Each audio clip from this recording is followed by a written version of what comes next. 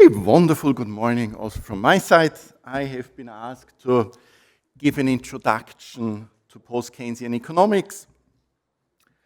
And the game plan for this is that I'll talk, the game plan is actually the next slide. So this slide is about the origins of post-Keynesian economics. Post-Keynesian economics, in a way you can say it has 2 points of origins. On the one hand, immediately after the publication of Keynes's general theory, there was an intense debate on how Keynesian economics would fit into the mainstream macroeconomics paradigm. And the most famous paper coming out of that is John Hicks' paper that essentially laid the groundwork for the ISLM model that formed the basis of macroeconomics textbooks for decades to come. And that was an attempt to integrate Keynesian insight into a neoclassical framework. And out of that then came a whole stream of thought, often referred to as the Keynesian neoclassical synthesis, that tries to, in a way, happily marry Keynesian and neoclassical thought. The post-Keynesians, or what would later become known as the post-Keynesians, is the school of thought, essentially originally the close collaborators of Keynes himself in Cambridge, the Cambridge Circle, with whom Keynes discussed the early versions, draft versions of the general theory, that thought that actually you shouldn't marry Keynesian economics and neoclassical slash mainstream economics. If anything, Keynes's theory is the general one. There's a good reason why the general theory of employment, interest, and money had the title general theory, because actually neoclassical economics is a special case of the Keynesian approach at the point where you have reached full employment. And so those close collaborators of Keynes, in particular John Robinson, Niklas Kaldor, Kahn, a bit later Kalecki, these formed the group that would become post-Keynesian economics. I'm saying would become because at that point in time they weren't called post-Keynesians yet. That term dates from the 1970s.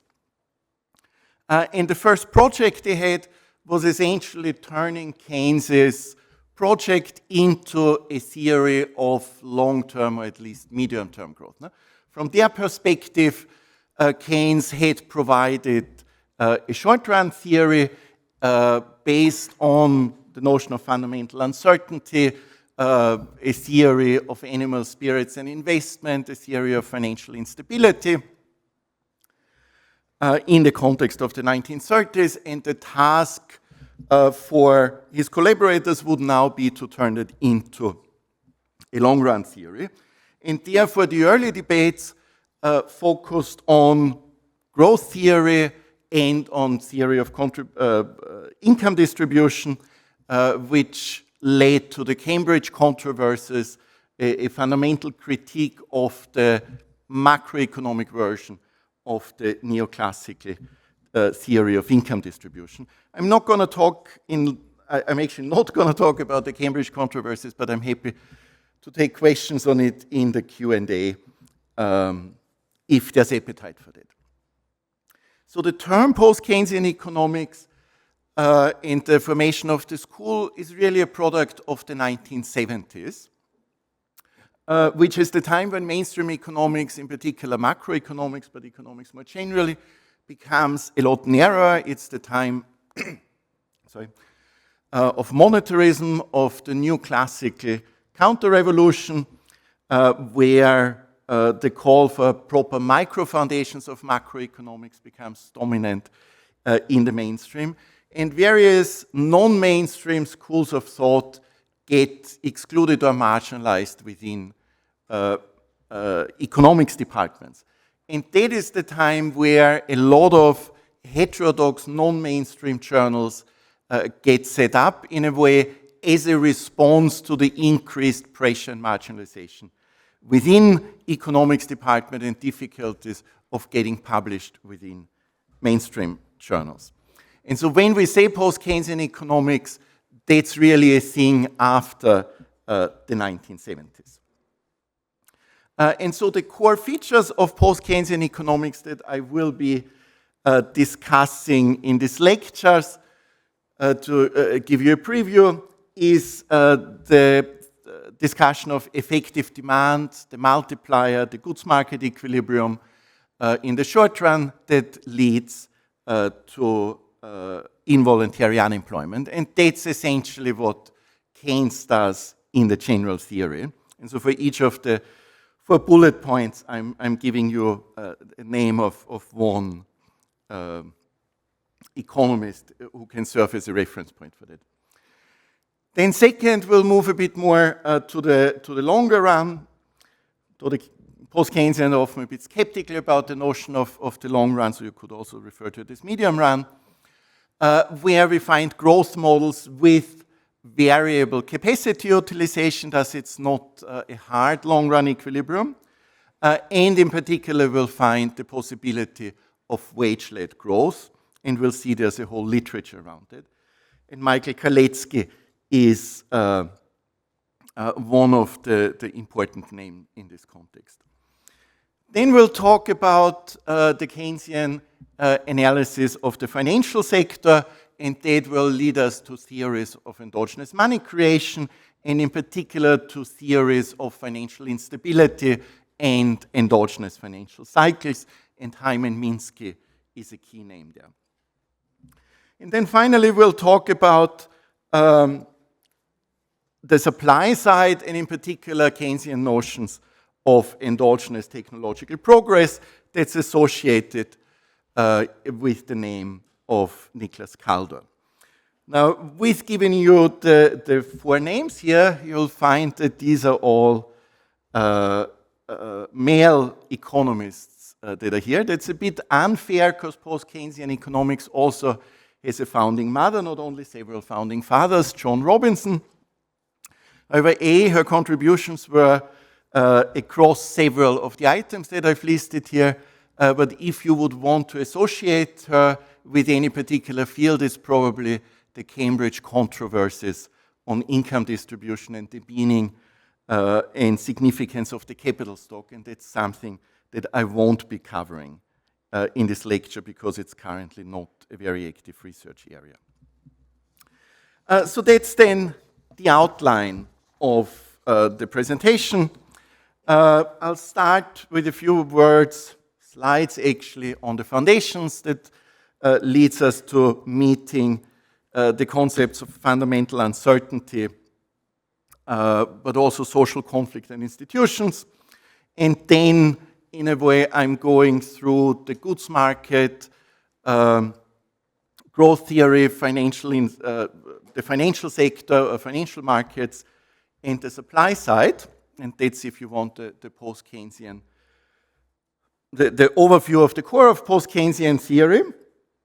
I'll then briefly cover gendered post-Keynesian macro models, the theme of this conference, and you'll have 2 lectures on that after mine, but I'll try to locate these debates and main arguments with respect to post-Keynesian debates. And then come several points that I probably won't be able to cover in the lecture because I'll be running out of time at that point, but we can discuss them in the Q&A. So that includes sort of a review of the main outcome that's often under the heading of the paradoxes of post-Keynesian economics, the outcomes of post-Keynesian models, I should say, and the paradoxes of capitalist economies. I have some slides on comparing Keynesian and more mainstream economic policy packages, and I would also have slides on key differences between new Keynesian approaches and post-Keynesian approaches, but also on Marxist and post-Keynesian approaches. I have about 1 hour for the lecture, which should then give us half an hour for Q&A. That's the game plan for the next 1.5 hours.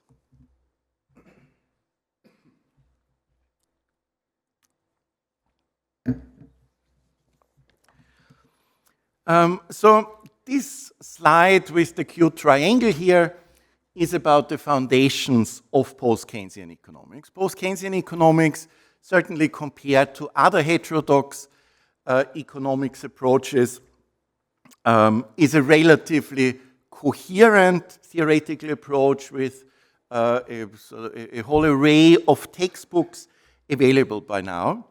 And the unifying feature of post-Keynesian economics is effective demand. In terms of the analytical foundations, there's a spectrum, and I denoted the spectrum as ranging from fundamental uncertainty to classes and institutions, or social conflict and institutions on the other hand. So you can think, to some extent, they represent different streams within post-Keynesian economics. So fundamental uncertainty would in particular be associated with Paul Davidson, the founder and long-term editor of the Journal of Post-Keynesian Economics. On the other, and I'll come back in more depth on fundamental uncertainty and what I mean by classes and institutions. And on the other end of the spectrum, you have social conflict and institutions. That's the post-Keynesian traditions after Keynes to go back to the classicals and build on both Ricardo but also Marx. And these are, if you want, more, while the fundamental uncertainty stream, if you want, is more behavioral or more psychological, the classes and role of institutions, if you want, is a more sociological foundation for economics. But of course, what both of them share is a rejection of methodological individualism. Now, in practice, most current post-Keynesians would be somewhere in between the fundamental uncertainty and institution spectrum and would have a role for both of them. So first, fundamental uncertainty. When Keynes talks about fundamental uncertainty, I mean, the term has a longer history, in particular Knight. But what he's referring to, and that's important relative to contemporary mainstream economics, what he's referring to is not the situation of unknown probabilities, but the situation where probabilities can't be assigned. So in that sense, it's a very fundamental, we simply don't know. Before we get too abstract on that matter, think about, so the notion of fundamental uncertainty, the outlook on the future, is most important for Keynes when it comes to investment decisions, or more generally, for decisions that have a long time horizon. So Keynes is writing his general theory. It gets published in 1936. So think of an entrepreneurial capitalist in the 1930s who is contemplating how much they should be investing, say, in a car manufacturing plant or something like that. Now, big industrial investment project will have a lifespan of 30, 40 years, meaning several decades. Keynes's point is, so if you did a rational exercise, if you would rationally decide how much you want to invest, you would have to have probability distribution for different future scenarios.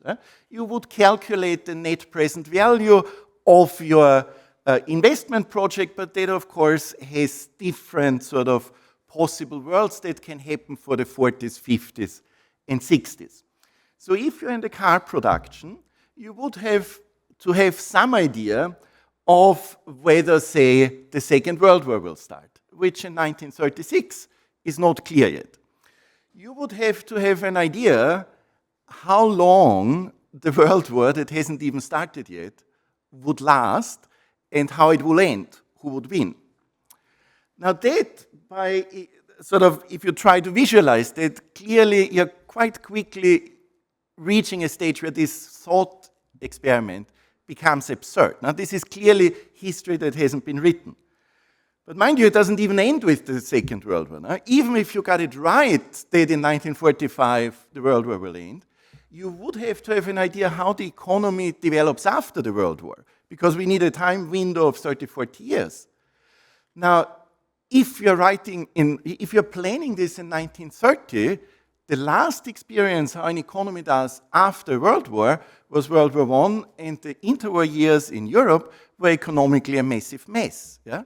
So it would be very hard to predict that after World War II, we would experience what is now often referred to as a golden age of capitalism. Yeah? So ultimately what Keynes gets is there's no way that you can do that seriously on a rational basis. Yeah? It's not ultimately about limitations of human sort of mental processing power. Yeah? I mean, it's obviously related to Simon's argument of bounded rationality, but it's ultimately an ontological statement. It's a statement about social reality. History is not written into the future. History is something that happens as people, states, move along and start interacting. Yeah? There's no objective way to know in 1936 what economic conditions will be in 1965. Yeah? That's the point. The fundamental uncertainty is not due to what we can process in human brains or computers, but it's a statement about the nature of social and economic rationality. Now, Keynes was writing about that already in the general theory, but of course this notion of fundamental uncertainty would take on a new significance in the 1930s when you have the rational expectations revolution. When the new classicals are saying you have to build macroeconomic models where the agents in your models understand your macroeconomic models and can calculate its equilibrium values. And therefore, they have an objective basis to form their optimization exercises. Yeah? And so in that sense, while you have those debates on fundamental uncertainty very early on at the foundation of Keynesian thought, there's a revival or a renaissance of that concept in the 1970s and 80s, and in particular for the Journal of Post-Keynesian Economics, that concept then becomes extremely important. So if we accept that ultimately there's no basis for rational behavior for long-term decisions, how then, and this is precisely the question that Keynes asks in his chapter on the state of long-term expectations, how then do people decide at all? How don't they get paralyzed by that uncertainty? Yeah? And this is where Keynes's notion of animal spirits comes in. Yeah? So there is a drive to action that in a way pushes entrepreneurs to act. Now, think of this in the sense of Schumpeter's entrepreneur. Schumpeter's entrepreneur that is innovative, uses new technologies, in a way is behaving or is acting in a world of Keynesian uncertainty. If you have an innovation, you precisely don't know how that will work out economically. But our Schumpeterian entrepreneur will still invest. Sometimes they will fail, sometimes they will be successful. Again, the point is this is ultimately not about rationality. That might be about overblown egos, that might be about entrepreneurial ingenuity, that might be about old-fashioned empire buildings. Yeah? So in other words, that animal spirits is not something morally good or bad. It's a statement or a hypothesis of how people are behaving. And so Keynes has this passage in the general theory where, I mean, it sounds like, I don't know whether you guys still remember the opening lines of Star Trek, which is, where boldly go where no man has gone before. In the first edition, it was not gender neutral. And Keynes has a passage in the general theory that sounds like that. So our brave entrepreneur walks into this fog of war, this darkness, and boldly steps where no one has gone before. Yeah? It's a creative act. It's not a rational optimizing act. So how then, leaving aside our more or less brilliant entrepreneur, how then do people, but also how do corporations act in such a world of uncertainty? Keynes says they are following simple behavioral rules, or nowadays we would call them routines. In particular, they might assume that the future is similar to the past, unless there are specific reasons to assume otherwise, and they will use a lot of social comparisons. They will look a lot at what their competitors are doing, and they will justify their behavior, say to the managers will justify their behavior to their shareholders with respect to what competitors are doing. So if you go back to the global financial crisis, you would often hear that argument that, well, we had to invest in these dodgy financial assets because essentially all our competitors were doing it, and we would look awkward if we didn't do that. So there's a strong element of social comparison in there, and that gives rise to herding behavior and a whole branch of behavioral economics. I mean, a lot of behavioral economics is microeconomically oriented and is responding to tensions within mainstream economics, but of course behavioral economics, in particular behavioral finance, is picking up on a lot of Keynesian ideas, and whatever models like the momentum trader models in behavioral finance in a way go back to Keynes. Now, fundamental uncertainty has two important macroeconomic implications. One is around investment. I have already talked about that, thinking about our investment behavior in 1936, and that ends up with the claim that ultimately investment is not a rational decision process, but depends a lot on expectations, and there's a whole variety of Keynesian or post-Keynesian investment functions which factors might influence it. The other big area where fundamental uncertainty is important is the theory of money.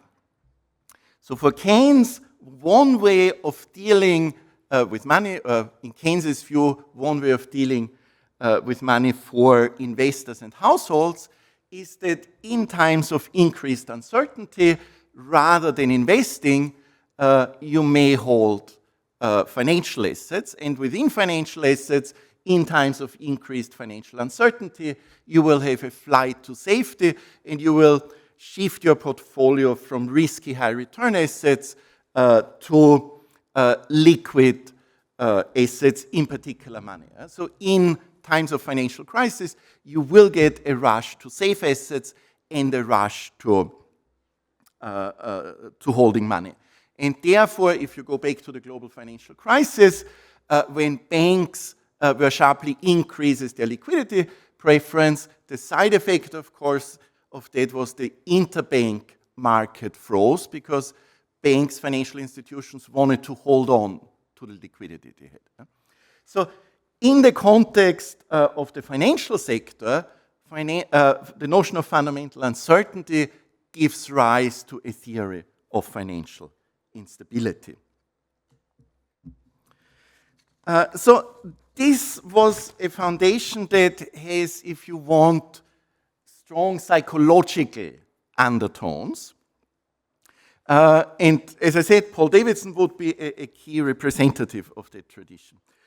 The other wing of post-Keynesian economics in terms of foundations goes back to the classics. In 19th century political economy, it was taken for granted that the unit of analysis are social classes. And post-Keynesian economics, in particular John Robinson or Michael Kalecki, essentially built on this class analysis. Ultimately, now in practice, when post-Keynesians say classes, they mostly have in mind capital-labor conflict. there's various post-Keynesian papers that do treat shareholders, rentiers, or other forms of financial actors as a separate class. But in some ways, it's quite sort of a conventional capital-labor conflict-oriented class analysis. But of course, the basic principle here is not so much about specific classes, but that you think of the key actors not as individuals, but as social groups.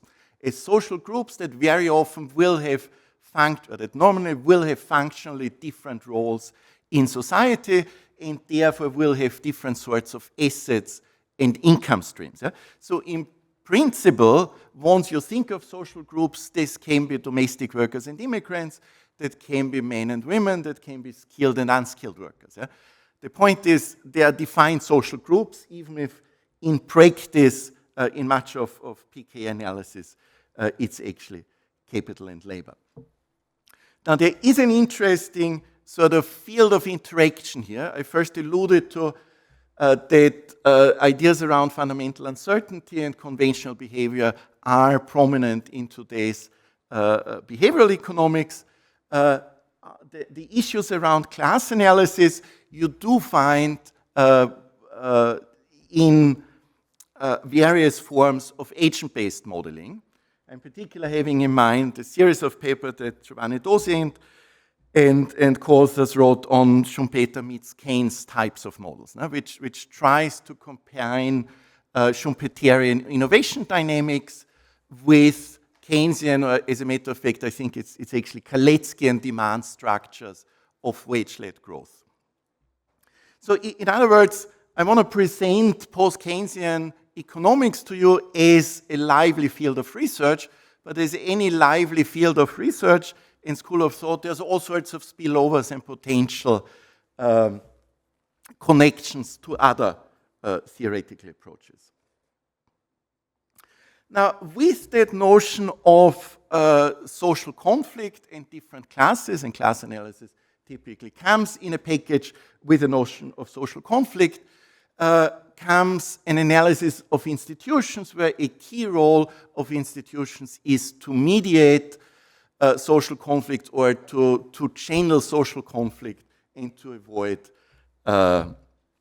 its destructive forms. Yeah? So if I said that, well, the post-Keynesian class analysis tends to be quite conventional in terms of focusing on capital and labor conflict, the big difference to Marxist versions of this class analysis is that there's a lot more room for compromise, productive compromise, that has an institutional correspondence in post-Keynesian economics. And the notion of institution here then is quite different from the notion of institutions in, say, neo-institutionalist economics. In neo-institutionalist economics, institutions are the alternative to markets and are ultimately a form of allocation mechanism, where hierarchy serves an allocation problem. Versus in behavioral economics, institutions offer a set of rules which individuals are following. So it's something that guides behavior. If you come from a class theoretic perspective, institutions is something that stabilizes, manages class conflict. So in other words, institutions play a role, but it's institutions with a particular flavor. So now I want to walk you through the basic goods market, financial markets, labor markets, analysis of Keynes, and then we come to growth and to gendered PK macro. So this is a review of the goods market. I hope that you have encountered it in some form already. As in any macroeconomics, I mean, the very rationale for the existence of a separate field of macroeconomics, in a way, is the Keynesian revolutions of the 30s and the sort of the ceasefire agreement of the mainstream Keynesians and mainstream new classicals to find an arrangement which in the post-war era led to a separate field of microeconomics, which essentially was neoclassical economics. In the field of macroeconomics, that was much more Keynesian in nature until the 1970s, when, in a way, macroeconomics gets colonized or domesticated by the neoclassicals. So, at the core of macroeconomics is the goods market equilibrium, that's expenditure equals income, but it's also investment equals savings. And in the ISLM model, as I'm sure you know, you have the interest rate on the one hand and income on the other hand that are somehow ensuring that equilibrium between investment and savings. Now, from a strictly Keynesian perspective, it's income that is the adjusting variable, and it's investment that is ultimately determining savings. Yeah? So it's a clear causality from investment to savings. And the way or the mechanism by which that is achieved is that additional investment via the multiplier process will create additional income, and it will create additional income up to that point where you get a goods market equilibrium, which also has the property that investment equals savings. The interest rate for Keynes does not play an important role in equilibrating investment and savings. That is sort of the neoclassical part of the ISLM model, and that neoclassical part is crystallized in a strong version of the market for loanable funds, where the loanable funds, demand and supply for loanable funds directly translate into investment, or directly correspond to investment and savings, and you have a unique equilibrium between investment and savings that comes about by changes in the interest rate. Now, the implication of that theory of the market for loanable funds is that you can have an equilibrium between investment and savings at any level of income. So therefore, you can justify Say's law, where supply is driving demand, because the investment-savings equilibrium is taken care of by the interest rate. Versus for Keynesians, there is a unique level of income that guarantees the investment-savings equilibrium, because income is the variable that adjusts investment and savings. So there is a unique goods market determined level of equilibrium income, which means that the equilibrium income cannot be determined on the labor market as it would be in neoclassical economics. Now, there's a lot more one could say about investment, the central role of expectations, that it's not constrained by savings, but only by the availability of finance, the sort of assertion that investment is the most volatile of GDP components and thus explains business cycle dynamics, that is strong non-rational component. I hope I have introduced most of these ideas. Now, savings, therefore, in the post-Keynesian framework usually is a quite passive function. Keynes is very explicit on that. There is a given marginal propensity to consume. What the post-Keynesians add, which you have in embryonic form in Keynes, but he doesn't make a big deal out of it, whereas Kalecki does, is the assertion that workers and capitalists, or if you want a less loaded terminology, rich and poor, have different marginal propensities to save. Once you accept that workers and capitalists have different marginal propensities to consume, then you open the way for income distribution matters for the level of economic activity, and you're also opening the door for the possibility of wage-led growth, to which we will return. So I want to emphasize the significance of that simple statement that there is only one equilibrium level of income that guarantees the goods market equilibrium. Because that means that when you look at the labor market, you already know what the level of income is. That's a very different notion of the role of the labor market in macroeconomics from mainstream economics. Because that good markets equilibrium will not in general guarantee full employment. One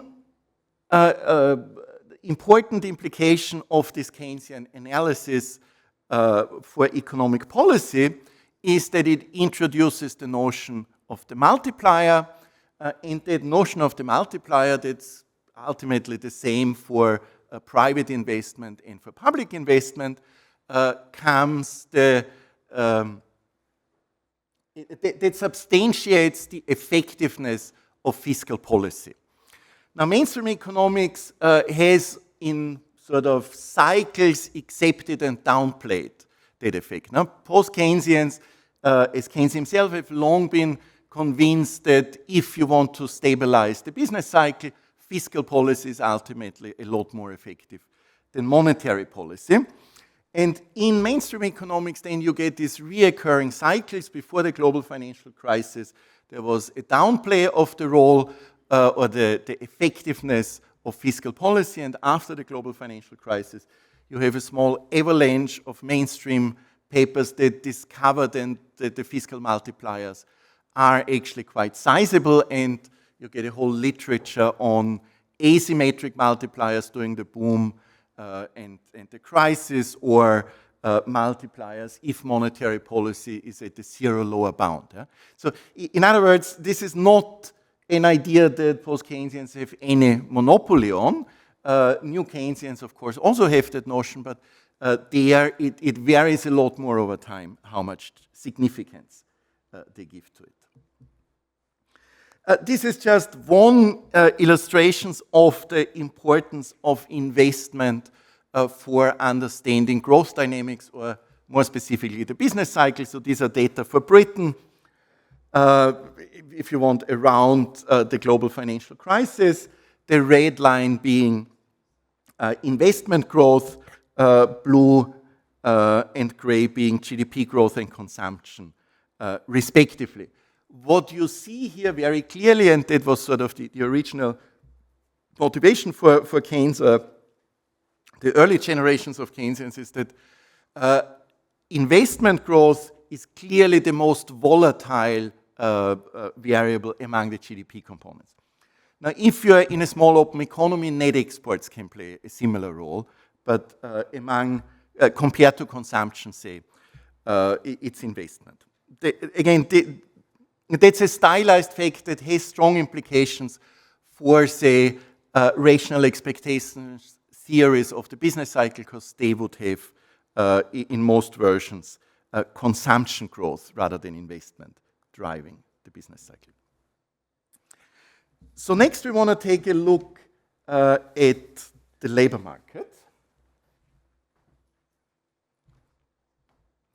I already told you that there's only one level of income that guarantees our goods market equilibrium.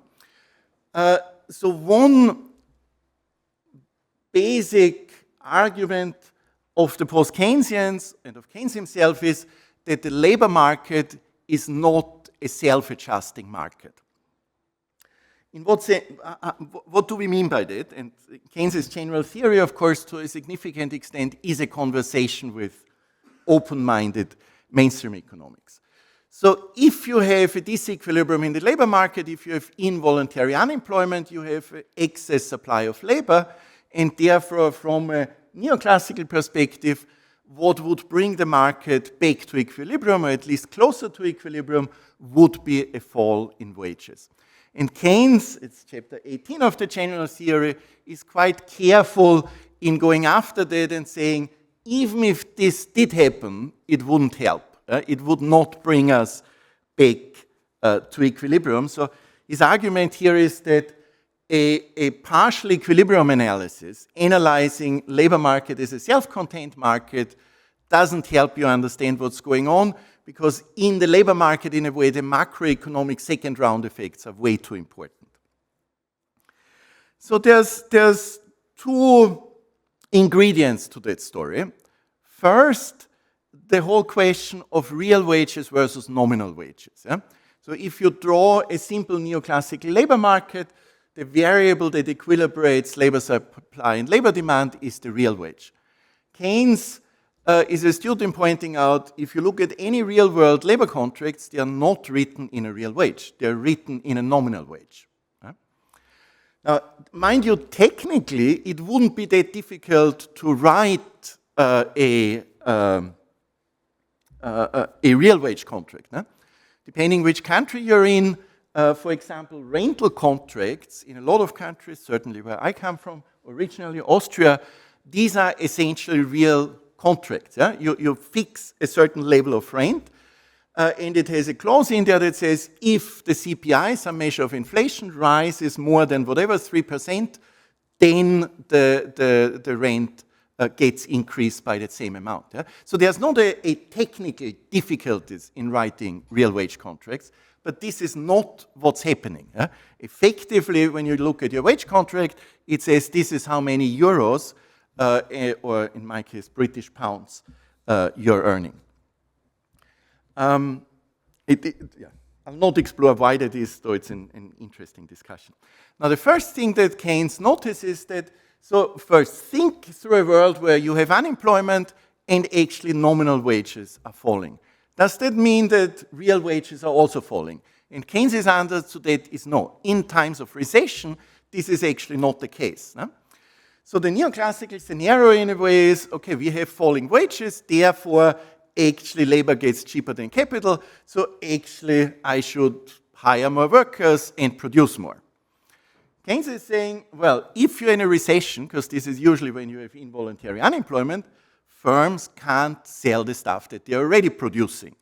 Okay? So why should they hire more workers? If you can't sell what you're already producing, why would you want to hire more workers to produce more cars that you can't sell? Huh?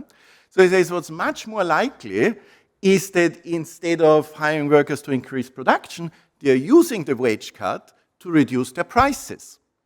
And in that sense, hope that they get a larger market share in the sector they're operating. Now, that means that wages and prices are falling simultaneously, which, by the way, is exactly what happened in the 1930s. No? You had wage declines, nominal wage declines, but you did also have deflation. And if you look at the 1930s for various countries, you do find periods where the nominal and real wages move in the same direction, but you also have years where deflation is so strong that real wages are rising despite the fact that you have nominal wage cuts. So he says, in a crisis, you actually don't know whether your nominal wage cut, which is the only signal that the market can provide, will translate into real wages. But there's a second argument that also holds for real wages. Yeah? So this was an argument, even if we get nominal wage cuts, we don't know whether real wages are falling. The second argument is that even if you had real wage cuts, you don't know whether this would help the labor market. And this is ultimately about the marginal propensity to consume out of wages. No? Keynes, in chapter 18, is eager to point out that your standard downward sloping labor demand curve is drawn as a macroeconomic curve under the assumption that other things are equal. In particular, the level of demand that the individual firm is facing, that is given. Keynes says, but wages are the income of most households, and if you cut wages, you will reduce consumption. And therefore, if you have a generalized wage cut, actually your downward sloping labor demand curve either doesn't exist or will keep shifting. Because with every wage cut, you're actually reducing the level of aggregate demand. And that's more elaborate in Kalecki. But either way, what these arguments do is they break the self-adjusting ability of the labor market. And that's key because in your neoclassical general equilibrium models, ultimately the level of economic activity is determined on the labor market by the labor supply decision of households. And you have different versions of that. For a while, the Nairo model for macroeconomics was the key version of that.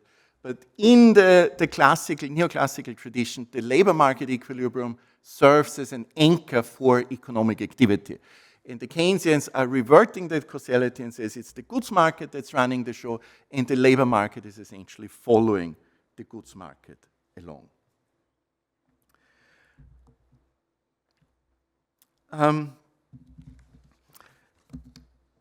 Right. That's actually, this slide is an elaboration on the on distribution and growth, demand regimes, and the possibility of wage-led growth. So this argument that wage cuts can have contractionary effects was formalized by a famous paper by Dury and Marglin that analytically tried to pin down when wage-led and profit-led demand regimes arise. And most of these models are formulated in a real wage space or in a wage profit share space, but don't care too much about the nominal dynamics. There are also more demanding versions of that with wage as well as price inflation. And the key insight of that is to frame the problem as one where wages play a dual role. They are on the one hand a source of demand, they're a source of income and therefore consumption demand. And on the other hand, wages are a cost to capitalists. And an increased wage share, of course, potentially can have negative effects on investment. I say potentially because from a Keynesian perspective, it's the role of aggregate demand and its expectations about the future that play the main determinant role for investment, not relative costs between capital and labor. But of course, in principle, this effect can arise.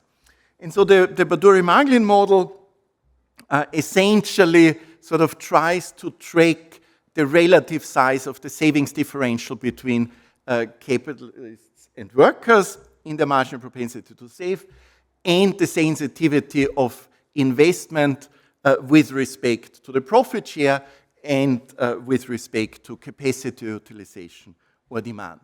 And sort of these conflicting effects that a higher wages will increase consumption, but it may negatively impact investment, and in an open economy, it's likely to negatively impact net exports. That's sort of the conflicting partial effects of the increase in the wage share, and depending on the overall effect, demand can then be either wage-led or profit-led, depending on the relative size of these effects. And this model has given rise to a quite substantial literature, on the one hand trying to estimate these models empirically, and on the other hand to sort of increase the complexity of these models. And you will also find this at this conference, that there's various papers that still deal with wage-led and profit-led demand regimes. But these types of models will also play an important role in informing post-Keynesian gendered macro models. Now, I should say that that distinction between wage-led and profit-led demand, once you have that notion, you can, of course, also think of the supply side as either wage-led or profit-led, in the sense that higher wages may either sort of increase the pressure for productivity growth, or because of lower investment may slow down productivity growth. So in parallel to wage-led, profit-led demand, you can also have wage-led and profit-led supply regimes. And these types of models have become quite important for debates in comparative political economy, where they were complemented by analysis of debt-driven versus export-driven growth. So that's one way of trying to represent that visually. A core issue for post-Keynesian economics is distributional conflict, the key variable there being the wage share. Post-Keynesians are essentially entirely focused on the market economy or the formal paid economy. But within that sector, this analysis of the wage share can give you either wage or profit-led demand effects, but it will also give you wage and profit-led supply effects. We'll come back to this diagram a bit later.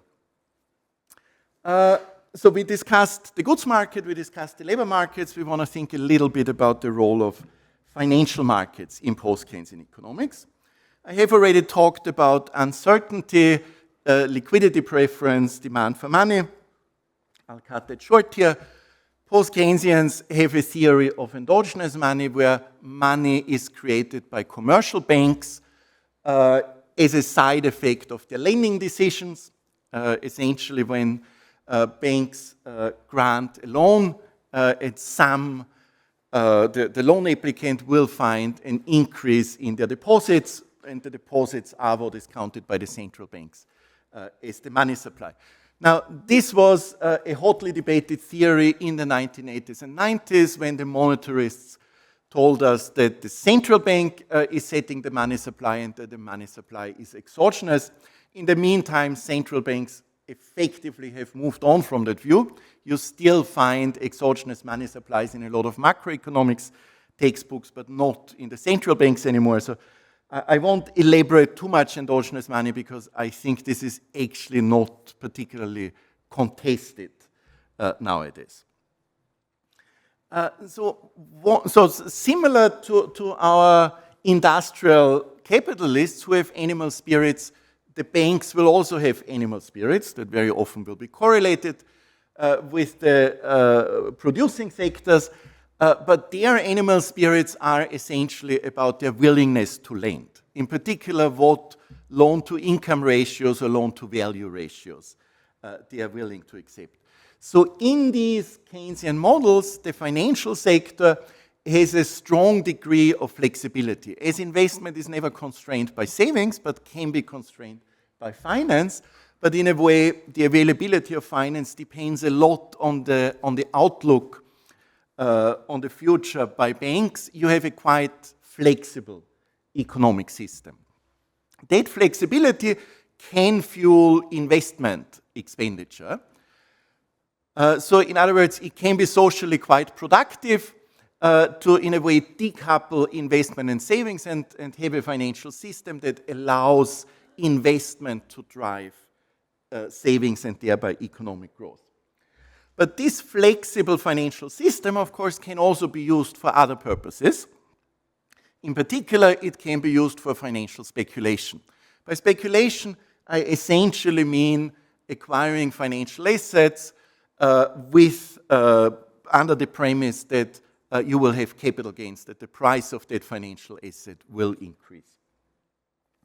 And so this flexible financial system is both, if you want, one of the great positive innovation in terms of enabling high growth, but is also a source of tremendous problem because it can fuel instability on financial markets.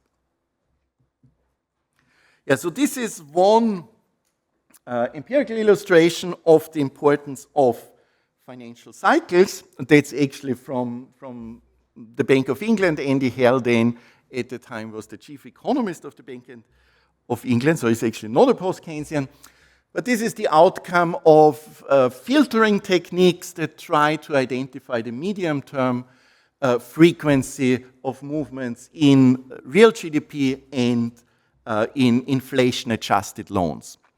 And what you see here is that you have much more pronounced cycles in financial variables, and you see that most of the time financial cycles and real cycles are to some extent correlated. There's some independent movement to both of them, and there's a whole literature, in particular since the global financial crisis, establishing that recessions that come with the financial crisis are much worse or deeper than other recessions. What's also significant in that diagram is that there's one period, the post-war period from, say, 1950 to the 1970s, where, in a way, there's a certain decoupling of the real cycle and the financial cycle, presumably because of financial regulation. and where financial cycles are also dampened. And so a big step of post-Keynesian economics is a systematic development of theories of endogenous financial cycles. And that's in particular connected with the name of Hyman Minsky, who had been working on these issues when essentially no one was interested in financial cycles. Yeah? So he had started working immediately after the Second World War on these issues. So the emphasis here is on endogenous financial cycles, meaning they are systemic financial cycles. They are built into the system. They are not, as in mainstream economics, the effect of exogenous shocks. The way that the mainstream thinks about financial crisis is one where you have ultimately a stable equilibrium and then some innovation happens, say fancy financial securities, collateralized debt obligations. People don't quite know how to value them because they're all new. Therefore, you get overshooting on financial markets, and then there's various second round effects via credit rationing, via financial accelerator that sort of help blow up that financial cycle. But ultimately, it's an exogenous shock. Whereas in the post-Keynesian traditions, we tend to think of these financial cycles as coming out of the system. Yeah? They're a feature, not a bug of the system. And there's essentially two versions of these, two core versions of these financial cycles.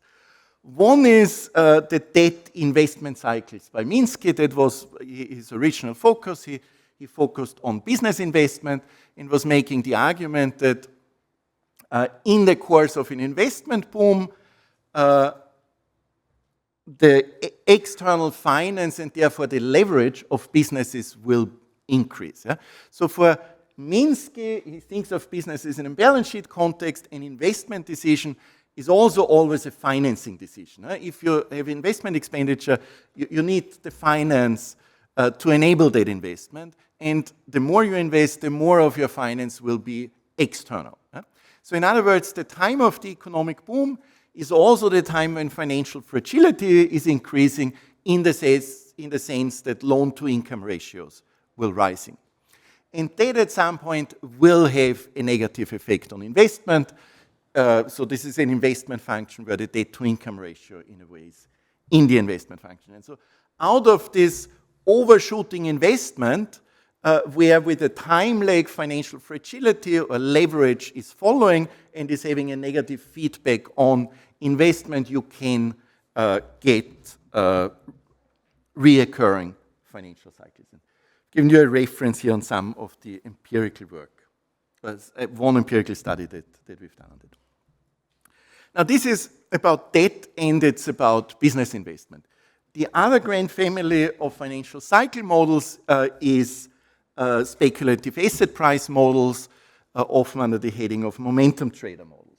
Here the interaction, so if you want mathematically a model that generates cycle, you need at least a 2D system where there's a positive and a negative feedback between the two variables. And in the momentum trader models, you have two types of investment strategies or two types of expectation formation, you could call them routines, where one of the actors is a fundamentalist, meaning they have some notion of the economically grounded value of the financial asset, and another actor, a momentum trader, who's having extrapolative expectations, who's sort of writing past trends into the future. And so out of the interaction of these overshooting and dampening forces, again, cycles can arise. But in this case, that is not essential because it's the interaction between the two pricing rules in a way that gives you the cycles. But of course, you do have momentum trader models that have that are augmented to include that. Now, I would argue that this momentum trader model is particularly important if you look at housing markets, and Rio has a nice paper on it. Right, I'm realizing that I'm running low on time. I had a few things to say on the supply side. I'll try to be short on that. Post-Keynesian economics, as I said early on, wanted to project Keynes's argument of demand-led growth from the short run into the long run. For that to work, in a way, you need the supply side to be flexible to some extent, because if the supply side posed a hard limit, eventually your demand-led growth would always run up against a hard supply constraint. And so a lot of the Keynesian supply side models are essentially about introducing this adjustment or response of the supply side to demand pressures. As often, a picture says more than a lot of words. This is a figure by a paper by Olivier Blanchard, again, not a post-Keynesian, but if anything, a new Keynesian. But it's a fascinating graph. So this graph plots real GDP for the US and shows you the recessions. And it draws you forecast lines of trend GDP growth from the pre-crisis, pre-recession period. And it shows that for essentially most recessions, what happens after the recession is not that you're returning to your previous trend growth. Yeah? So in other words, you cannot think of business cycles as fluctuations around a given supply side determined growth trend, as you would have, say, around the Solow model. Yeah? So rather what seems to be happening is that with each recession, you're sort of afterwards establishing a new trend growth. That's often also referred to as output hysteresis. And so there's various post-Keynesian arguments or debates around that. Ultimately, they all come down to supply factors adjusting to demand pressures. And I'm highlighting two particular families. One is around the notion of unemployment hysteresis. So these tend to be models that are focusing on what's going on in the labor market. And then there's endogenous labor productivity models, where you have Calderon-Verdon effects. Ultimately, these are all versions of dynamic returns to scale, so a bit like as you have in new growth theory. And in many of these models in the post-Keynesian literature, you would also have wages having a positive effect on productivity growth. As a side note, once you have these supply-side effects, this, of course, amplifies your demand-side multiplier effect. Yeah? Because you, in a way, get not only the positive demand-side multiplier, but you get a second-round supply-side multiplier added on to that. Now, there's an interesting link here to the Latin American structuralists that, in a way, you can read Prebisch and the structuralist as a discussion of why these Caldorian supply-side effects are not materializing in a lot of developing countries, and a big part of that is because the developing countries in Prebisch's analysis are not able to produce their own investment goods. Right? And therefore, a key channel of Caldo endogenous labor productivity growth is not operating. But again, in the interest of time, I'll not elaborate on that. Now, given that this conference is about gendered macro models, we want to think a little bit about the link between gendered PK models and the basic Keynesian framework that I've outlined to you. So I should acknowledge from the outset that post-Keynesians have been, as most other heterodox economists, been quite slow in incorporating gender and care into their macro models. But since the early 2000s, feminist economics originally was focused more on microeconomic issues, on methodology, and only in the early 2000s you get a large wave of contributions on gendered macro models. And these gendered macro models, very different from the earlier contributions to feminist economics often take post-Keynesian reference points, and in the presentations, in particular the keynote speeches of this conference, you'll hear a lot more detail than what I will be or can do here. So several of the key participants in these gendered macro models, Stephanie Seguino, Elissa Brownstein, Özlem Onaran later, come out of post-Keynesian debates and quite naturally relate to them. So early work by Stephanie Seguino focused on the role of gender pay gaps in the export performance of what was then called newly industrializing economies. Nowadays, we would probably call them emerging economies, in particular. Korea and East Asia are country groups with quite high gender pay gaps. And that, so her argument, has enabled a certain type of export-led growth. So in other words, it's gendering the Asian growth model to some extent. And it's then in the 2010s that you get gendered macro models that explicitly bring in care and the care economy. The care economy crosses the unpaid sector. Most of it is performed unpaid in the household, but there's, of course, also a quite substantial amount of care. Think of education, child care, the health sector that's in the formal economy and paid. And so in these models, in a way, you get different regimes that can be either care-led or care-burdened, in the sense that if you want to provide care, is that complementary to what's going on in the market economy, or do you have to reduce market production in order to introduce care or expand care?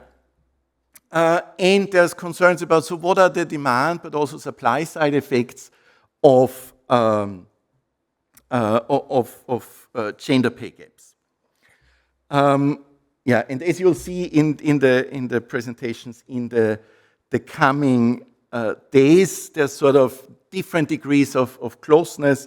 Elissa Brownstein works a lot more with institutional variables and tries to do cross-country comparisons and tries to identify regimes. That way, Özlem Onaran is staying a lot closer to the post-Keynesian demand regime literature, but thereby, and therefore does less comparative work across countries, but is able to identify the regimes more precisely.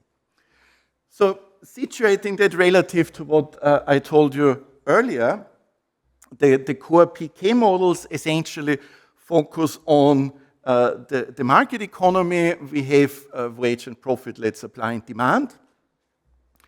The gendered macro models are in a way interested in care, which means they take the unpaid particular household work very seriously. Care, however, crosses those boundaries. And care is very often analyzed as a contribution to social infrastructure. By that, they want to say care is not just, if you want, the equivalent of a consumption good, but it provides something similar to a social infrastructure, capital under quotation marks stock, that potentially positively influences productivity in the market economy. So in other words, it can be to some extent thought of as an input into production processes in the formal sector, and thereby you get interlinked effects.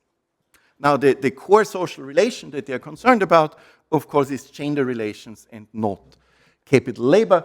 But as you can hopefully see from the diagram, these sort of potentially can be interlinked. Now, I should warn you that these models, as they have a lot of regimes, get in the details quite complicated. And so this is just for illustration, one of the regime 2x2s that you have in one of the papers, course papers of Elissa Brownstein, where you have, in a way, a supply side and a demand side analysis, and while you had wage-led versus profit-led supply and demand in post-Keynesian regimes, now it's a lot more how does social reproduction, the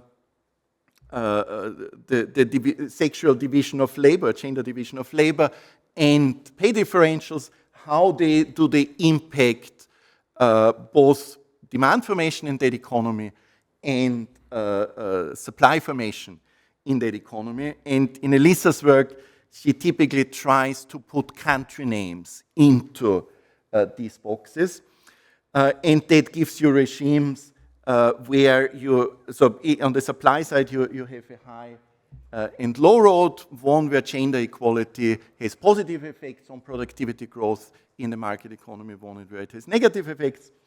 And you get a care-led, but also a gender inequality led demand formation, where it is about the demand side effects of care provision. And then you get a 2x2 with different regimes on that.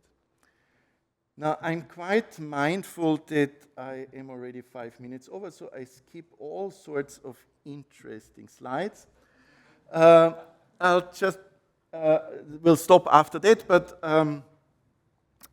want to very briefly think about the policy implications. Now, much of what I've told you, almost 90% of what I've told you is quite theoretical and sort of wants to give you an understanding of how post-Keynesian's macro models are working. And this is on the policy side to illustrate core differences relative to mainstream policy mixes. Now, admittedly, a few years ago, the term mainstream policy mix was a lot more well-defined than it is nowadays. I mean, Donald Trump wouldn't quite fit into my mainstream policy mix, I have to admit. So the question is, how mainstream is it still, but sort of the mainstream that's coming out of the economics profession. So the first key difference is in terms of the goals. Mainstream economics is very much motivated by the sentiment that markets are an efficient solution, and therefore markets with minimal interference are a permanent reference point. Post-Keynesians regard full employment, obviously that's a simplification, but if you want to pin it down into one main goal, it's full employment. And that full employment, as you will see, will have all sorts of implications for other policy fields. In particular, it implies on fiscal policy that you need counter-cyclical fiscal policy to ensure full employment.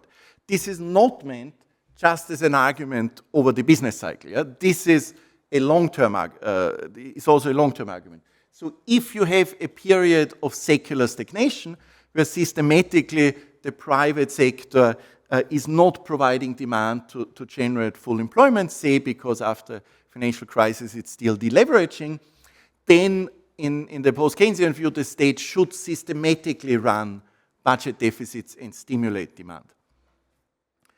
It has strong implications on monetary policy, where at least in the past, the mainstream was aiming for inflation targeting that needs to be qualified, if not in theory, so in practice quite a bit since the global financial crisis, because they do think of what we used to call classically dichotomy, that the real and the financial spheres can be analyzed relatively separately. No? The Keynesian battle cry always was money matters and money has real effects. Therefore, it needs to be built into the overall policy package, and it has to support and at various points enable expansionary fiscal policy.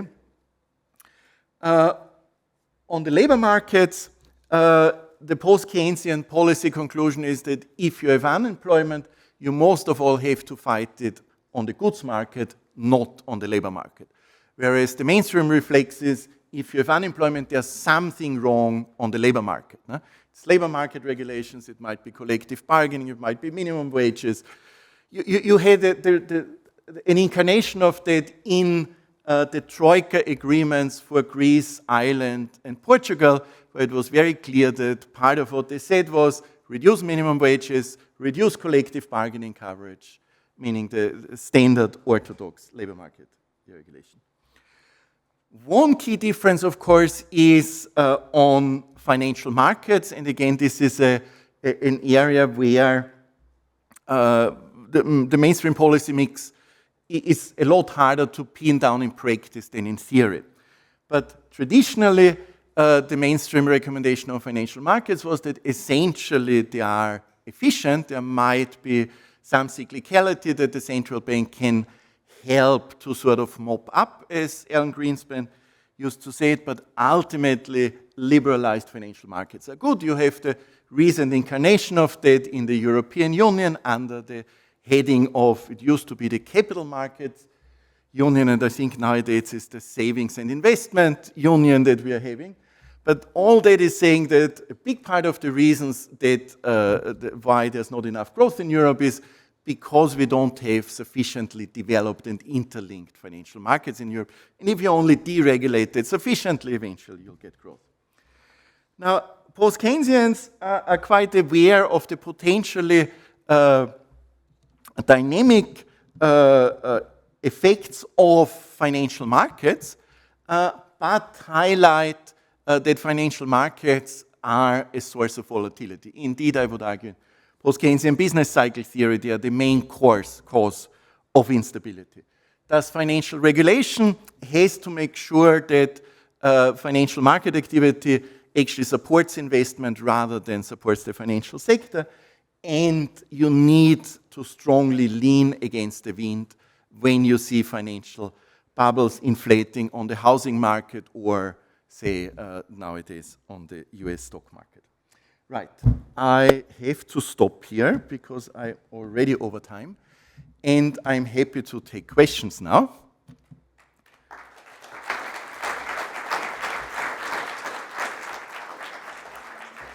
Now, there are two microphones, and apparently the microphones are mobile and will go where you are.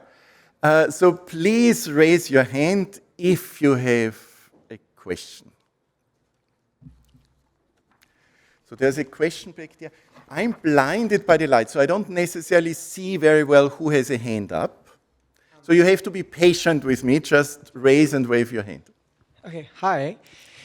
Question on monetary policy in post-Keynesian, because I know that an argument for lower interest rates, aka like supporting growth, can take away the effectiveness or the tools of a central bank in recessions, because it means that there's less room for them to cut interest rates. And so how does post-Keynesian policy tackle that issue if you have longer-termed low interest rates to support growth? Okay. We collect 4 questions or so. And could you please also say your names?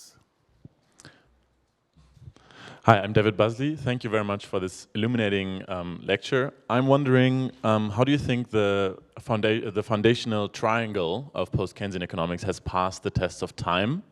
And I'm especially thinking here about the fundamental uncertainty in the light of the rise of the digital age and very complex models.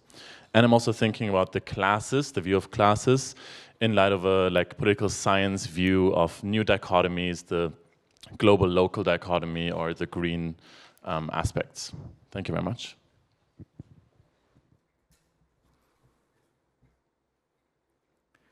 There's a question towards the front.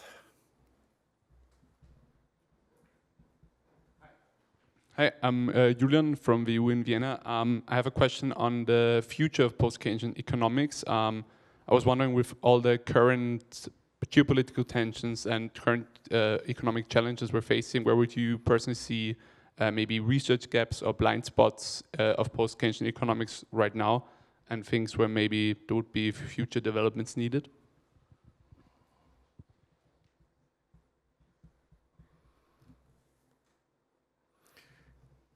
A 4th question for the first round?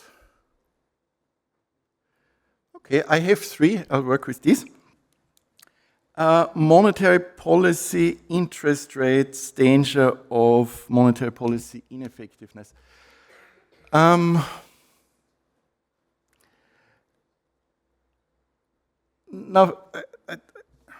I mean, there's quite a bit of literature on interest rate regimes from a post-Keynesian side. But I guess my main point would be, as post-Keynesians, for us, monetary policy doesn't stop with the central bank. Yeah? Ultimately, the central bank is a bank. It can lend to actors. No? By its constitutions, central banks nowadays are essentially restricted to lending to other banks. Banks are not investing. Yeah? Banks may or may not lend once they receive liquidity from the central bank. Yeah? And this is essentially what happened during quantitative easing. It essentially helped the banks get by and blew up asset values, but it did not lead to investment.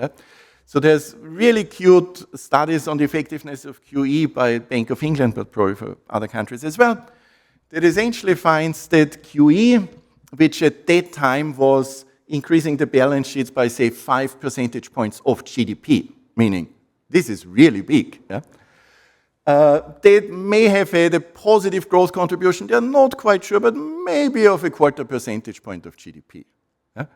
So, I mean, if you think of this in multiplier, this is really pathetic. Yeah? This is a time when fiscal multipliers were estimated by Blanchard and other New Keynesians at a value of 2.5. Yeah? So, in other words, if you had a 5% GDP government deficit, that could have 10%, 15% growth impact. Yeah? So in that sense, the problem of ineffectiveness, as we've seen with QE, is a quite real one. Yeah? Now, the Keynesians response to that is, that means that you need development banks. You need dedicated banks that are actually lending for socially useful investment. Yeah? And there's plenty of that, no? Whether it's decarbonization, whether it's public infrastructure, there's no shortage of useful investment projects, and there is a long history of development banks. Now, you have that in developing countries, you have a literature on the history of economic growth, in particular Gerschenkron, who is emphasizing that the late developers, whether they're Germany, Japan, or Korea, typically had dedicated financial institutions that would have in their constitution that they target specific sectors that were considered crucial to economic growth of society. Yeah? So my short answer to that is ultimately this is not about interest policy. Yeah? This is about setting up development banks or targeted banks that actually lend to productive entities, and that the central bank otherwise has to support the government in its fiscal policy. How has my foundational triangle with uncertainty and class stood the test of time? That's a good question, and I will have to think a bit more about what I'm actually answering. Now, I'm a bit connecting to the third question about the future of post-Keynesian economics. Yeah, maybe I start with the future, and if I have wisdom to share about the second question, I'll come back to that. Now, the future of post-Keynesian economics is in a way quite paradox. No? As a post-Keynesians, the immediate time after the global financial crisis and the euro crisis saw a strong increase in interest in our work. Not necessarily by the mainstream. Yeah? They're quite immune from interest in what we are doing. But certainly sort of the left fringe of policymakers and various sides of the social sciences, but also more generally the media. No? So in the aftermath of the global financial crisis, euro crisis, there was an interest. That interest, in my impression, has by and large ebbed up, sort of ebbed down. Part of that is that currently the big problems, the big issues in the world economy or world politics are not really about the Keynesian issues. No? It's not about debt, it's not about financial instability. That may well change in a year or two. No? I mean, if you look at whatever recent debates on the dangers of private debt, if you look at the valuation of the US stock market, you could say sort of a new financial instability is building up. Also, if you look at housing markets in many countries. But what we currently have, whether it's Trump, whether it's sort of a xenophobic nationalism, these are not core PK issues. No? PK can try to incorporate issues of immigration, but this is not our comfort zone. Yeah? We have to be clear about it. At the same time, at universities, not the least because there has been sustained or reoccurring waves of austerity at universities. At most universities, it's become harder than ultimately before the global financial crisis to survive as a heterodox economist. That's true for post-Keynesians. It's not at all restricted to post-Keynesian economics. Yeah? So Britain is essentially in a wave of university downsizing, and if that happens, you can rest assured that the heterodox dissenters are among the first to have to go. Yeah? And that, unfortunately, has gone on despite the global financial crisis. So while there was sort of a public interest in PK and other heterodox positions, but PK in particular, that has not translated in university interest. So for a lot of us, including myself, the individual survival strategy was to move out of economics departments. I'm now a professor of international political economy at a department for European and international studies. I'm not technically an economist anymore. And that, I think, I'm sort of symptomatic for a certain exodus from econ, because at a certain career stage, it's just very difficult. The details vary a lot by country, but it's hard to survive in econ. And that, in a way, poses a quite fundamental question. PK has various fronts where it's engaging with the outside. And in my view, certainly, post-Keynesian economics is, in terms of its coherence, sufficiently consolidated that it should look outwards. Yeah? It should look at whatever behavioral economists are doing. It should look at what ecological economists are doing, what the feminists are doing, and so on. And to some extent, that's happening. Yeah? I mean, there is a big surge in post-Keynesian ecological macro models that in particular have a role for financial instability, that are demand-driven, and there's quite high demand from ecological economists that they feel that there's something missing. This whole conference will show you that there's a lot going on around gendering macro models. My own research is on financial instability, but as I'm working in a politics-ish department, my own research is on the intersection between comparative political economy, but also international political economy and post-Keynesian economics. And that is certainly a quite fruitful, fertile ground, if you want, in particular around debates on growth models, but also around financialization. In terms of nationalism, xenophobia, racism, there's a lot less from PK as of now.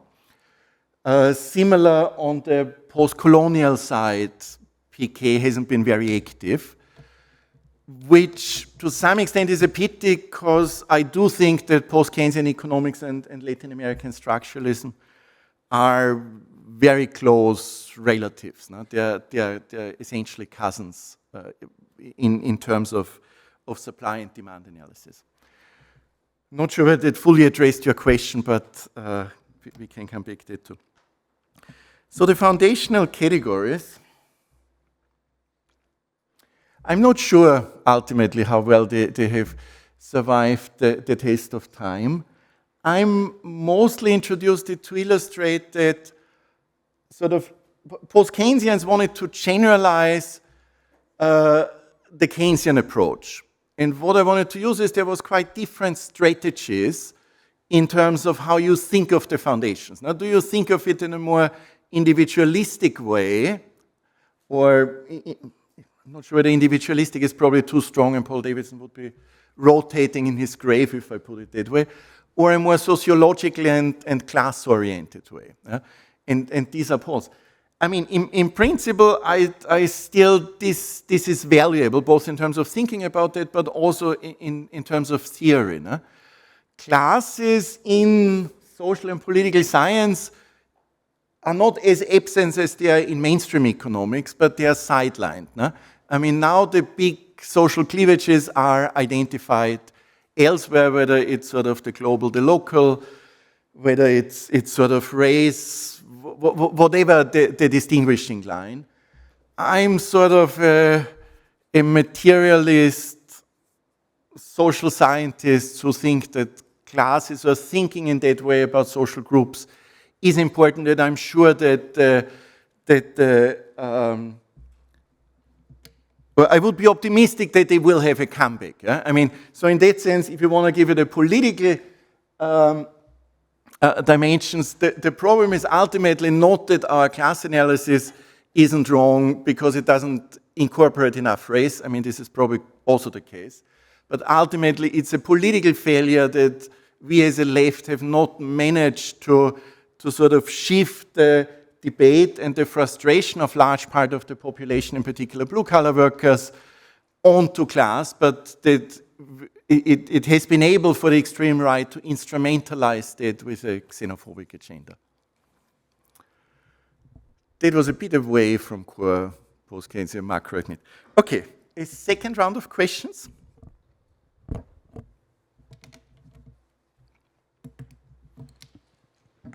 Thank you so much. I'm an international economics student from HTW.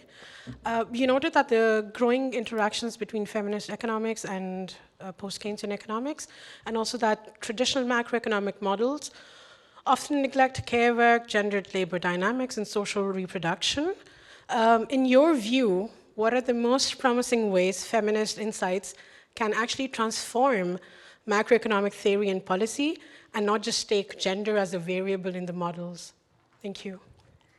So your question is about policy, or do you also mean for modeling? Essentially more inclusivity, where macroeconomic modeling and policy changes and does not just take gender as a variable into the models, but actually does something groundbreaking or... Yep. Yeah? Thank you. Hello, my name is Yasa. I'm also a student from HTW in International Economic Development.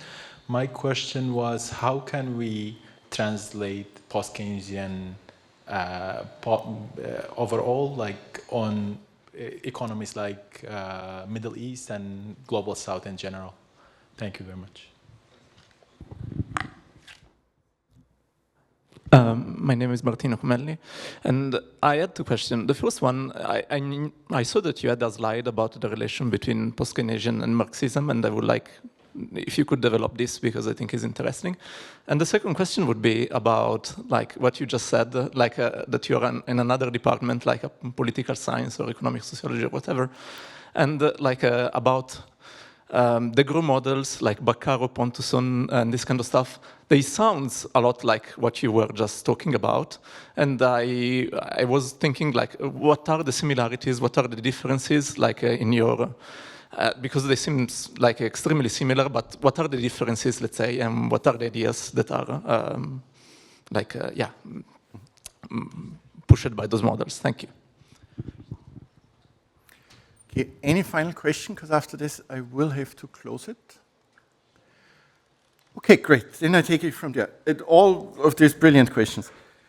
Now, how to incorporate feminist insight beyond just adding a gender dummy or one gender variable? I mean, that's a very good question. That's exactly the theme of the conference. So I'm not fully positioned to answer that, but I can sort of flesh out a few things. I mean, I'm giving a paper in that direction, I think, consider that. So I very much struggle with that question, yeah? and I think a lot of PKs do, and if they don't, they should start struggling with the question. So PKs, to me, it seems that there's quite a fundamental sort of rethink on what it is that we're doing. No? Feminist economics is about gender, and in particular nowadays, it's about care. Both of that don't figure in the core PK framework. Yeah?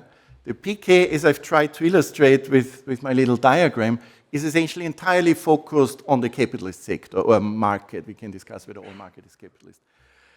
And that's a big step, yeah? to think about what's outside and how these non-capitalist sectors interact with the market economy as we know it. Yeah? To me, in particular, it's that notion of social infrastructure that the feminists have developed that I find fascinating, because it also gives you a very different angle to think about what the state does. Yeah? So, I mean, in other words, it's the paper that I'll be giving to a large extent is thinking about, so if I use this feminist concept of social infrastructure, how then do I think of the state? Because when you think about what post-Keynesians say about the state, whatever 95% of PK analysis about the state is about the demand side, demand management. Yeah? Versus the social infrastructure, in a way, comes back to, I mean, in a way, to Gerschenkron and others that are emphasizing states provide a lot of the supply. No? It's the physical infrastructure that is slowly getting recognized, that it's actually a problem if the roads have potholes and if the bridges are breaking down. But you also have the whole education, healthcare, meaning what the feminists would refer to as care sectors, and that is, in a lot of the policy debates, essentially thought of as a luxury. Now, if you're rich enough, then you can send your grandparents to a retirement home. Whereas what the feminists are doing is they're saying, well, a lot of what social care, what care work is doing is, it is building up a stock of human capabilities. And that stock of human capabilities will have positive effects, more or less, on the economy at some later point. No? And there's a quite demanding empirical research agenda in, well, how do you actually calculate that stock and what exactly is productive versus consumptive in care? And once you have the stock, what are its effects on productivity? Yeah? How much of this is sort of public good properties or spillovers, and how much can you actually reasonable model with private good? Meaning there's a lot of difficult and interesting questions and a lot of work for a PhD in economics there. But the point is, this is also to some extent what the state is doing. Yeah? We think of the state as demand management and then building roads, but actually if you look at state employment, healthcare and education are the biggest employer, I mean, depending on how big your military is. Yeah? So in other words, it also gives you a very different role of what the state is doing. Now for post-Keynesians, that's all difficult, no? Because we don't really think much about the supply side of the state. And essentially, well, all of us know of the unpaid sector, and some of us, including myself, have actually done some work of it, but not in a PK context. I think there's a lot of work to be done. And it's very exciting, but if you want one thing, it's care and how productive it is. Yeah? And that gives you a different way of thinking about the interaction between the capitalist sector and non-capitalist sector, but in a way it's also liberalizing, liberating, that's the word I was looking for. No? If you have a view when we're not just living in capitalism, but where capitalism is just one of several economic sectors, because then we don't have to do a full-scale revolution if we don't like capitalism, but then we could just grow the non-capitalist sectors. Yeah, so I hope that speaks to your question. Global South, that's a massive question that you're asking me. So, as I've tried to communicate, to me, the Latin American structuralists, in particular Prebisch, are the natural bedfellows of the post-Keynesians. Admittedly, many post-Keynesians are not fully aware of that. Prebisch is essentially saying there's a key difference between economies that are articulated, that are relatively self-contained, and disarticulated one. And that has several aspects. I have to finish in 2 minutes, I hope. The ones that are disarticulated need to import their capital goods. They have sort of a large informal labor market and so on. And that, in a way, breaks the endogenous technological progress that Kaldor is sort of mapping out. There's sort of another side on the finance side, where post-Keynesian financial theory, I've not discussed it here, but also gives you a theory of international currency hierarchies and the structure of financial flows, in particular in times of crisis. Simply put, where you have a flight to safety domestically, if you have a financial crisis, you have a flight to safety internationally to the financial core. And so these I would think of the entry points.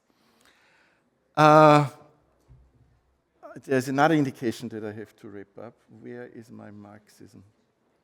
Oops, that was it. Yeah, so this was my comparison of PKE and Marxism. To a significant extent, it's a difference of focus, and Sabine is sitting here to remind me that I have to wrap up. Now, if you want, Marxism is a lot more supply-oriented than demand-oriented.